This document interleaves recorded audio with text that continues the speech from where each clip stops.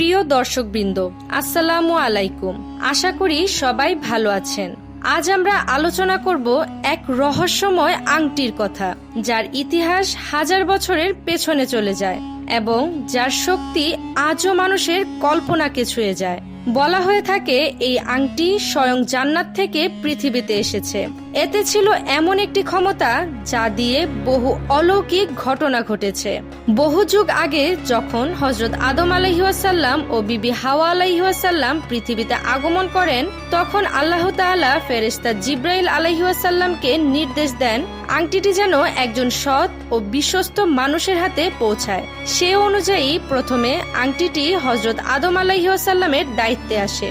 যুগের পর যুগে আংটিটি হযরত দাউদ আলাইহিসসালামের হাতে যায়। তিনি ছিলেন বনি ইসরায়েলের শক্তিশালী নবী ও রাজা। জিবরাইল আলাইহিসসালাম তাকে বলেন, হে দাউদ, এই আংটির খেয়াল রেখো, এটি আল্লাহর বিশেষ আমানত। আল্লাহ তাআলার নির্দেশ ছিল দাউদ আলাইহিসসালামের পর আংটি এমন একজনের হাতে যাবে যে আল্লাহর পাঠানো সমস্ত প্রশ্নের সঠিক উত্তর দিতে সক্ষম হবে। তাই দাউদ আলাইহিসসালাম তার রাজ্যের সবাইকে দরবারে ডেকে প্রশ্ন করেন। তরুণ সুলাইমান আলাইহিসসালামও সেই সভায় উপস্থিত ছিলেন। সবাই অক্ষম থাকলেও সুলাইমান আলাইহিসসালাম সেই কঠিন প্রশ্নের সঠিক উত্তর দেন। তখনই দাউদ আলাইহিসসালাম ঘোষণা করেন, আংটির দায়িত্ব এখন সুলাইমান আলাইহিসসালামের হাতে। সেই আংটির সাহায্যে সুলাইমান আলাইহিসসালাম পশু পাখি, জিন এবং মানুষের উপর হুকুম চালাতেন। তবে কিছুকাল পর এক কাহিনী আছে, যেখানে এই আংটি এক জিন শয়তানের হাতে চলে যায়। পরে এটি নদীতে পড়ে আর একটি মাছ আংটিটিকে গিলে ফেলে। পরে সুলাইমান আলাইহিসসালাম সেই মাছটি ধরেন এবং পেট চিরে আংটিটি উদ্ধার করেন। কিছু মুসলিম স্কলার মনে করেন এসব গল্প শুধুই কল্পকাহিনী। বাস্তবে কোনো নবী এই আংটির সাহায্যে রাজত্ব করতেন না, বরং আল্লাহই তাদের নবুয়াত ও ক্ষমতা প্রদান করেছিলেন। তবে শতাব্দীর পর শতাব্দী ধরে মানুষের কৌতূহল এই আংটির সন্ধান চালিয়ে এসেছে। এমনকি সুলতান সালাউদ্দিন আইয়ুবের যুগেও নাইট টেম্পলরা সুলাইমান আলাইহিসসালামের প্রাসাদের নিচে সুড়ঙ্গ খুঁজে পুতানো কালো জাদুর কিতাব উদ্ধার করেছিলেন। তারা বিশ্বাস করত আংটিটি পেলে পৃথিবীর সব অদৃশ্য শক্তির উপর আধিপত্য বিস্তার সম্ভব।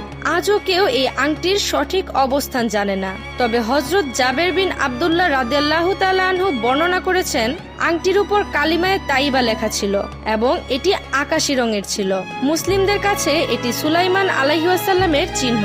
ঈসাই ধর্মাবলম্বীরা এটিকে দাউদ আলাইহিসসালামের চিহ্ন মনে করেন, আর ইহুদিরা বিশ্বাস করেন দাউদ আলাইহিসসালাম ও সুলাইমান আলাইহিসসালাম উভয়ই বনি ইসরায়েলের শাসক ছিলেন। তাই তাদেরও এই আংটির উপর অধিকারের দাবি রয়েছে।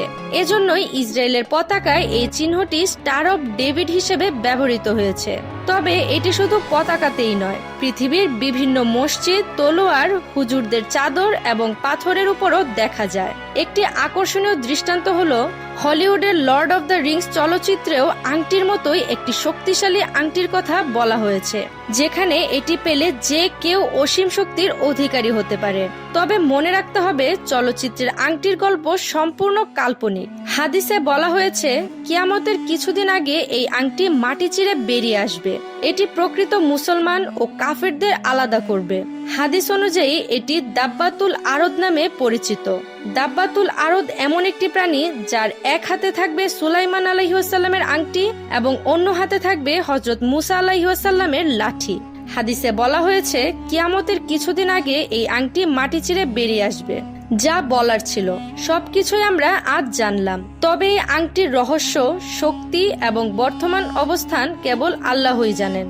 আপনারা যদি এই ধরনের আরো অদ্ভুত ও রহস্যময় ইতিহাস জানতে চান, তাহলে অবশ্যই আমাদের চ্যানেল জ্ঞানের ক্যানভাস সাবস্ক্রাইব করুন, লাইক দিন এবং শেয়ার করতে ভুলবেন না। নতুন ভিডিওর আপডেট পেতে বেল আইকনটি অন করুন। ধন্যবাদ।